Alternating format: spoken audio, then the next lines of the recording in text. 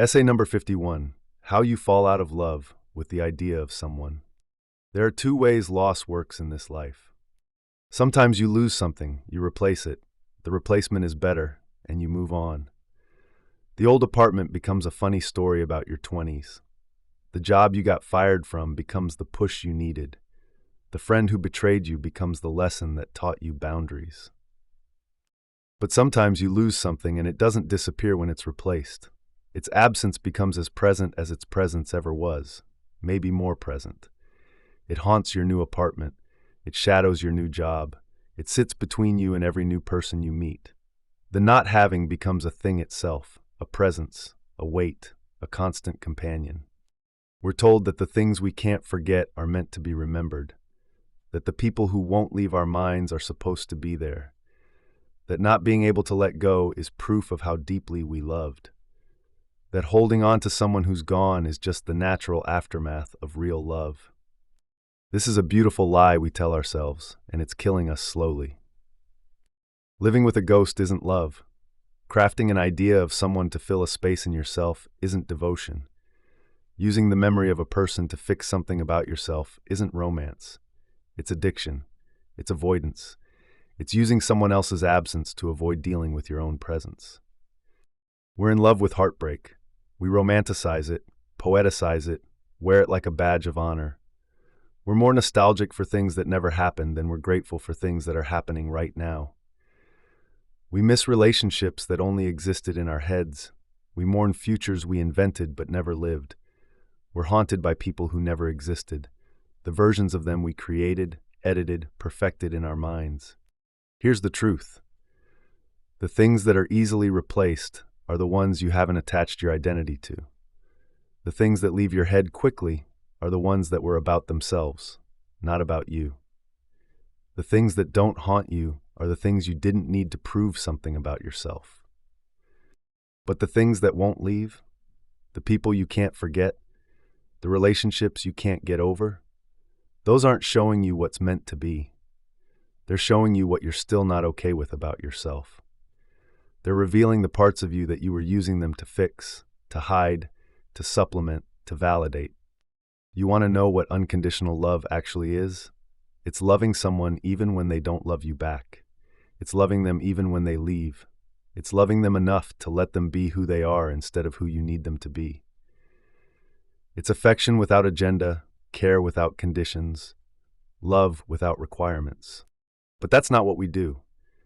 We don't love people. We love what they do for us. We love how they make us feel about ourselves. We love the roles they play in the stories we're telling about our lives. We love them as contact highs, as ego boosts, as proof that we're lovable, valuable, worthy. The very fact that we have types proves this. We're not looking for a person. We're looking for someone to play a part. Tall, dark, and handsome, quirky and creative, stable and successful. We're casting for a role in our life movie, and then we're surprised when people don't stick to the script we wrote for them in our heads. Heartbreak isn't about losing someone you love. It's about someone stepping out of the very specific box you put them in. Suddenly, they're not doing what you thought they should do. They're not being who you decided they were. They're not following the storyline you created. And so they're wrong, and you're hurt, and love is pain. The inability to let go isn't about them. It's about the fact that the package looked perfect. The pieces seemed to fit. They matched your checklist. They fit your type. They played the role perfectly until they didn't. And you can't let go because you're still convinced that if you could just get them to get back in the box, to play the role again, everything would be perfect. Being in love with someone you only used to know is like being in love with a book. And I know that sounds ridiculous, but people really do fall in love with books. You can love it all you want, but it's static. It's finished. The story is written. The ending won't change no matter how many times you reread it. It says what it says. It ends how it ends. The person you're in love with doesn't exist anymore. Maybe they never existed. The person you're holding on to is a character you created, a compilation of selected memories, edited for maximum impact. You've taken a real person and turned them into a story, and now you're in love with the story, not the person. A friend once told me that the secret to finding love isn't looking for it, it's healing the things that prevent you from seeing and receiving it. And the biggest thing that prevents us from receiving love is the belief that love is supposed to fix us. What will having this person fix about me? What will they make me feel better about? What insecurity will they solve? What will they prove about me? Who will I become if they love me? What story will I finally be able to tell about myself? We confuse genuine love with the temporary high we get when someone feeds our ego, when someone makes us feel special, chosen, valuable, when someone plays the role we need them to play so we can play the role we want to play. That's why it doesn't last. The high wears off. The role gets old. The person turns out to be a person, not a solution. That's why we hold on to ideas of people, because the idea can be perfect in a way the person never could be. The idea never disappoints us. The idea never leaves. The idea never changes. The idea is always available to make us feel however we need to feel. We hold on to fragments, a look they gave us, something they said, a moment when everything felt perfect. We take these fragments and we polish them, perfect them, turn them into life-sustaining fantasies. We create entire relationships out of a few good memories. We build whole futures on the foundation of something someone said once when they were drunk. And we place all of this on the shoulders of someone who we thought loved us enough to make us love ourselves. We make them responsible for our self-worth. We make their absence the reason for our emptiness. We make their memory more important than our present. If you're not careful, that person becomes a part of you. Not the real person, the idea of them. They become the good part of your story, the whole part, the part where you were worthy of love, the part where you almost had everything, the part where you were almost happy.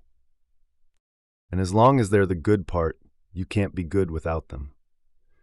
As long as they're the whole part, you're broken without them. As long as they're the love of your life is loveless without them. But here's what you need to understand. You're not in love with them. You're in love with who you thought you could be with them. You're not missing them. You're missing the version of yourself you were when you thought they would save you. You're not holding on to them. You're holding on to the hope that someone else can make you whole. The idea of someone is always more perfect than the person because ideas don't have bad breath or bad moods or bad timing. Ideas don't have their own needs, their own wounds, their own agenda. Ideas exist solely to serve your narrative. People exist for themselves. When you fall out of love with the idea of someone, you don't do it by forgetting them or replacing them or getting over them. You do it by falling in love with the reality of yourself. You do it by becoming whole without them. You do it by solving the problem you were using them to solve. You do it by recognizing that the space in yourself you're trying to fill with someone else is actually meant to be filled with you. Your own self-love, your own self-acceptance, your own sense of worth that doesn't depend on someone else choosing you. The person you can't get over isn't your soulmate. They're your teacher. They're showing you what you're using relationships to avoid about yourself. They're revealing what you think you need someone else to be, so you don't have to be it yourself. Let them teach you. Let them show you where you're incomplete without someone else. Let them reveal what you're trying to fix with love, and then fix it yourself. Become complete yourself. Love yourself the way you wanted them to love you. Because as long as you're in love with the idea of someone, you're not available for the reality of anyone. As long as you're holding on to a ghost, you can't hold on to anything real. As long as you're living in the past, you're missing the present. The idea of someone will always be more perfect than any real person could be. But perfect isn't real. Perfect isn't love. Perfect is just another word for incomplete, something that needs to be perfect because it can't be real. Real love isn't perfect. Real love is messy and complicated and sometimes boring and often difficult. Real love is choosing someone actual over someone ideal.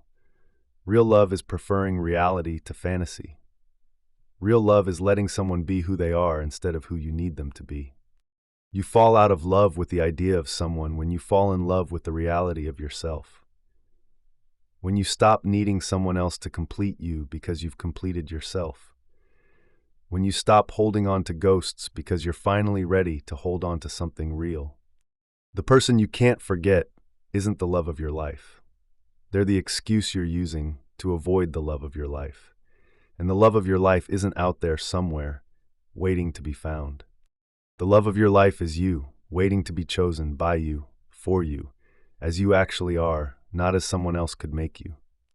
That's how you fall out of love with the idea of someone. You fall in love with the reality of yourself, and suddenly the ghost disappears. Not because you forgot them, but because you remembered yourself.